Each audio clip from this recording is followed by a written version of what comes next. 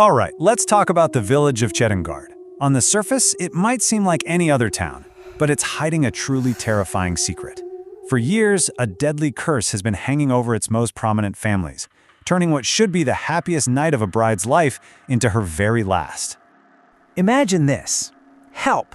That's the last word anyone heard from a young bride named Runali on her wedding night. By the time her family burst into the room, she was gone. The curse had struck again. And get this, Murnali wasn't the first, not by a long shot. In the last year alone, 12, that's one a month, 12 new brides in this village have met a mysterious and violent end. This isn't random. It's a pattern, a deadly curse aimed right at the heart of the community. Okay, so let's dig into the curse itself. Because here's the thing, it doesn't target just anyone. It has a very specific, chilling focus. The new brides of the powerful Thakur families turning their dreams of a new life into an absolute, recurring nightmare. For every single victim, the final moments are just terrifyingly similar. It always starts with the phantom sound of bangles and weeping. Then they see them, 4 mysterious, veiled women, just standing there, surrounding their bed.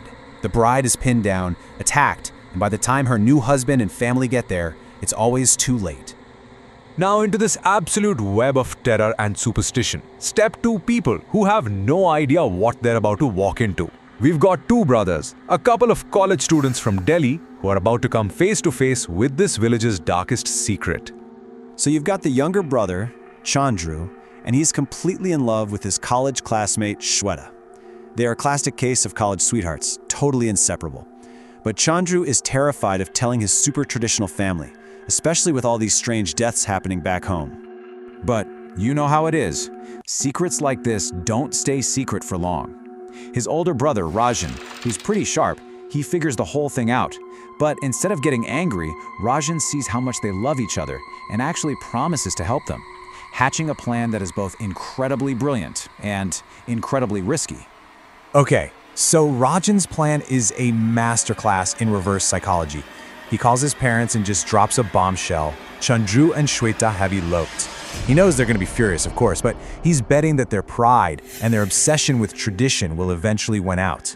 They'll demand to meet the new bride, and that's his opening. That's when he'll bring Shweta home, not as a girlfriend, but as their new daughter-in-law. And you know what? The plan works perfectly. But as Shweta, now posing as a brand new bride, steps foot into the cursed village of Chittagong, the real terror is about to begin. The curse has a new target. The first sign that something is seriously wrong happens even before they reach the village. They're out hiking, and a freak storm rolls in and separates Shweta from Chandru. She's alone, lost, and then she sees her, a single woman in a veil, just weeping in the distance. And then the woman charges at her, a terrifying omen of what's to come. And it's like the darkness itself has taken notice of her. As Shweta performs the traditional welcoming ritual for a new bride, she kicks a pot of rice into the home. But as the grains scatter across the floor, they turn pitch black. Her new mother-in-law tries to brush it off, but everyone there knows what it is, a terrible, terrible omen. From that moment on, things just spiraled out of control, fast. Shweta starts hearing the weeping and the sound of bangles in her room. She sees the 4 figures in her mirror, but they vanish when she turns around. She's attacked in her sleep, but wakes up trying to convince herself it was just a nightmare. And then it gets worse. She's lured deep into the forest by what she thinks is Chandru, only to be surrounded by the 4 ghostly women. The family finds her unconscious, hanging by her feet from a banyan tree. She survives, but she's trapped in this weird, coma-like state, her spirit essentially held captive. And this finally forces the big question out into the open. Who are these weeping women? And why are they so relentlessly, violently focused only on the brides of the Thakur clan? Well, the answer isn't in the present. To understand what's happening now, we have to go back 3 years, to a horrific crime that gave birth to this entire curse. This whole nightmare has a name. It's known as the Banjaran curse, and it was born from an act of unimaginable cruelty and betrayal against a local Banjaran or gypsy family, specifically a mother and her 5 daughters.